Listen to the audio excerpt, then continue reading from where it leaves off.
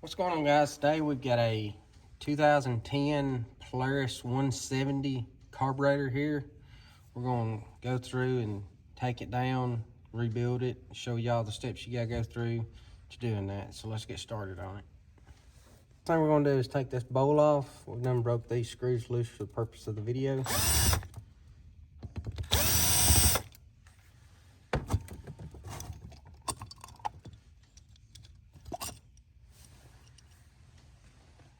Now we got our bowl off, now we're going to start by disassembling everything that's underneath here. We're going to start with our floats. Get you something, a pick or something. Push out this pin. Set it to the side. This right here will remove your floats and your needle. It's on the bottom of it. Then we've got our primary jet and our secondary jet. And this here is your seat. Now, these two come apart, so usually you'll take something and hold it and take this one off. Once you get it rolled loose, it's fine. Now you will need to save this bottom piece because most kits don't come with this, so we'll just clean it and reuse it. Then you got your secondary here.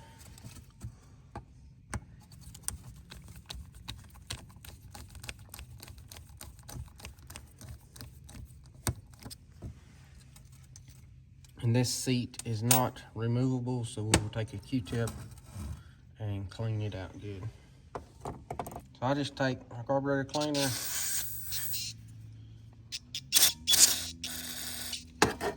take me a Q-tip, and depending on how much buildup's in here, sometimes you do have to get after it with a little wire brush. Most of the time, that right there will get anything out.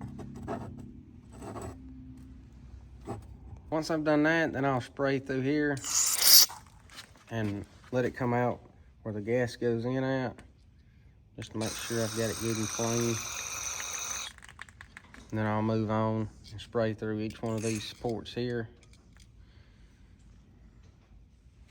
Now, before we start cleaning the rest of this carburetor, we're going to take this little side cover off, just to allow us to get to some more of these ports and stuff, because as you can see, a little bit of gas has gotten down in here. So we're going to get all that cleaned out. We're going to take this rubber seal off.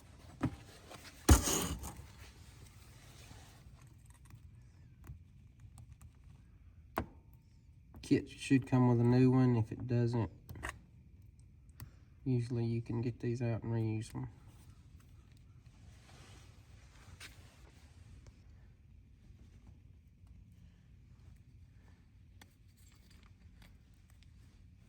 You don't want to spray any of your rubbers with a carburetor cleaner or anything. It will cause them to swell. So if you don't do anything, get you a damp cloth and wipe them off. Now that we pretty much got this disassembled, we're just going to go through here with our carburetor cleaner, spraying in each one of these little port holes and stuff. This is your idler. We're not going to take it out because it just goes through to right here, down in there. We're sticking through at the little nub. So there's nothing there for it to be clogged up.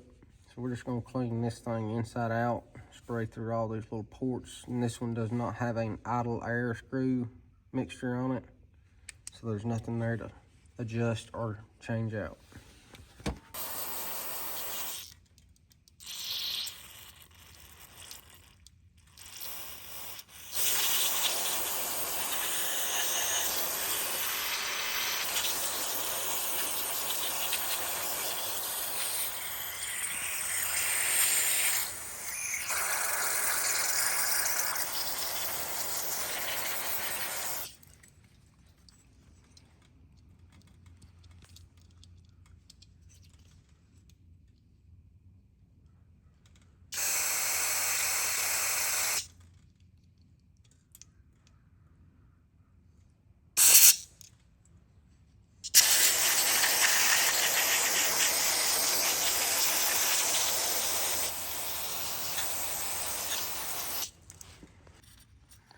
Now, in the event that your carburetor is extremely dirty and got some extreme buildup on it, this one here is actually kind of clean. It just had some trash in it and stuff. But I like to use a Dremel with some of these different brushes.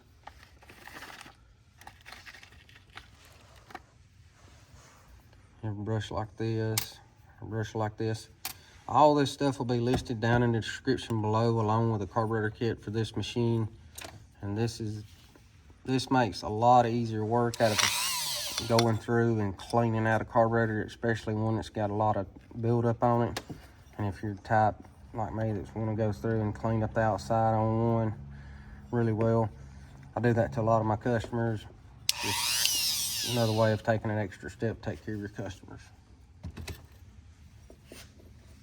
And once you've wire brushed your carburetors and stuff, it is a great idea to go ahead and re-rinse it and get all the debris and stuff you've knocked loose.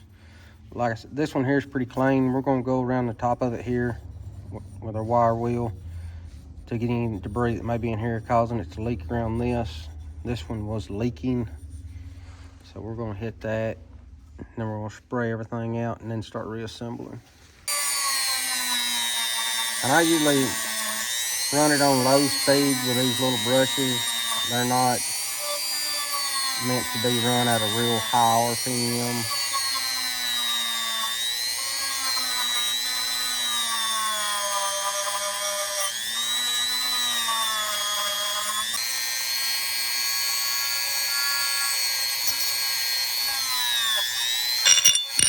Not everything's been sprayed out.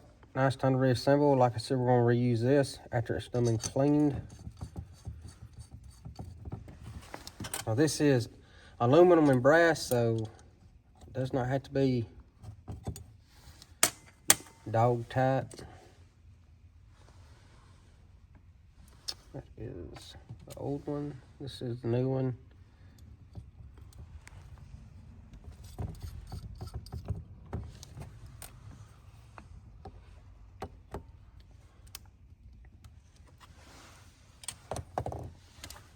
And this is our secondary.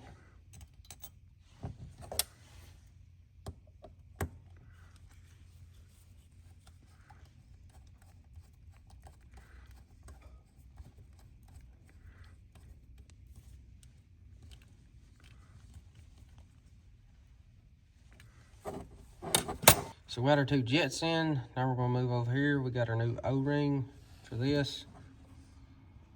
Push it in place.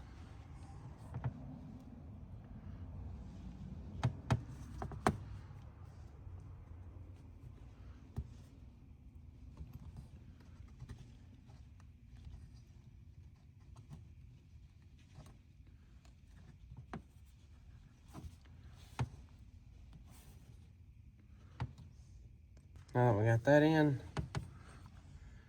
we'll reinstall our screws for this.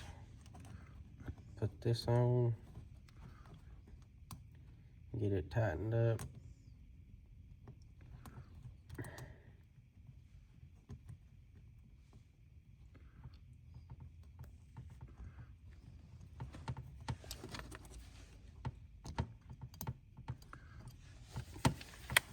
You can use a screw gun if you feel comfortable with it. It's totally up to you. Now we're going to come back up to the top and get ready to install our floats. So we've got our new needle here, and it's got this little hanger on it. As you can see, and then it hangs on here.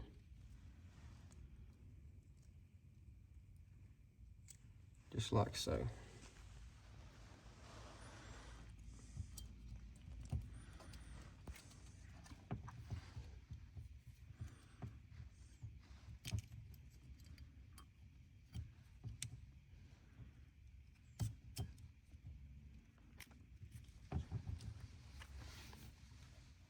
Now we got our pin in there holding our floats in place.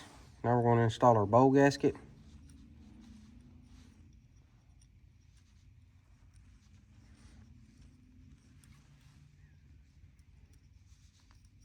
Once you get it pushed into place, then you can sit it on the carburetor.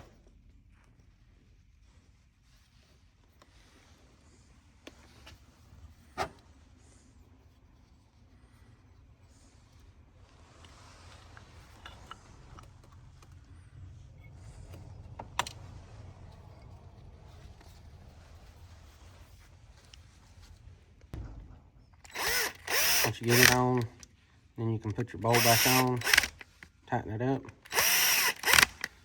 and this is ready to go back on your machine.